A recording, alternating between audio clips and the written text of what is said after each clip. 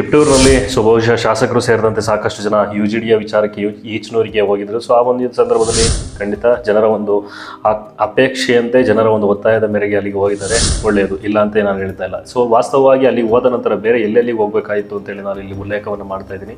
So ಬಹುಶಃ ನಿಮಗೆ ಗೊತ್ತಿರುತ್ತೆ, ನಿಮ್ಮ ಮನೆಯ ಒಂದು ಏನು ನೀರಿದೆ ಅದು UGDಗೆ ಕನೆಕ್ಟ್ ಆಗುತ್ತೆ. ಆ ಒಂದು UGDಯಿಂದ ನಂತರ ವೆಟ್ವಾಲ್ಗಳಿಗೆ ಹೋಗುತ್ತೆ, ವೆಟ್ವಾಲಿಂದ STP ಪ್ಲಾಂಟ್ಗೆ ಹೋಗುತ್ತೆ. ಅದು ಕಲ್ಲಾಯಗೌಡನ ಪಾಳ್ಯದಲ್ಲಿದೆ. ಸೊ ಅದು SBR ಮಾದರಿ ಸೀಕ್ವೆನ್ಸ್ ಬ್ಯಾಚ್ ರಿಯಾಕ್ಟರ್ ಅಂತ ನಾವು ಕರಿತೀವಿ. STPಯಲ್ಲಿ ಆ ಒಂದು ವಾಟರ್ ಪ್ಯೂರಿಫೈ ಆದ ನಂತರ ಸೊ ಅದಕ್ಕೆ ಡಿಸ್ಇನ್ಫೆಕ್ಷನ್ ಅಂತ ನಾವು ಕರಿತೀವಿ. ಆ ಡಿಸ್ಇನ್ಫೆಕ್ಷನ್ ಆಗಬೇಕಾಗಿತ್ತು. ಆದ ನಂತರ ಕ್ಲೋರಿನೇಷನ್ ಅನ್ನು ಆ್ಯಡ್ ಮಾಡ್ತಾರೆ. ಅಂದರೆ ಯಾವುದೇ ರೀತಿ ರೋಗ ರುಜಿನಗಳು ಬರದಂತೆ ಅದು ಹೂವಿನ ಕಟ್ಟೆಗೆ ಸೇರ್ತದೆ. ನಂತರ ಮುಂದುವರೆದಂತೆ ಗ್ರಾಮಗಳನ್ನು ಆಯ್ದು ಈಚನೂರು ಕೆರೆಗೆ ಬರ್ತದೆ. ಸೊ ನೀವು ಬರೀ ಕೇವಲ ಈಚನೂರು ಒಂದೇ ಅಲ್ಲ, STP ಪ್ಲಾಂಟ್ನು ಕೂಡ ವಿಸಿಟ್ ಮಾಡಿದ ಫೋಟೋ ಹಾಕಬೇಕಾಗಿತ್ತು. ಸೊ ನಂತರ ವೆಟ್ವಾಲ್ನು ಕೂಡ ವಿಸಿಟ್ ಮಾಡಿದ ಫೋಟೋ ಹಾಕಬೇಕಾಗಿತ್ತು. ಇದರ ಒಂದು ಪಾತ್ರ ವರದಿಗಾರರು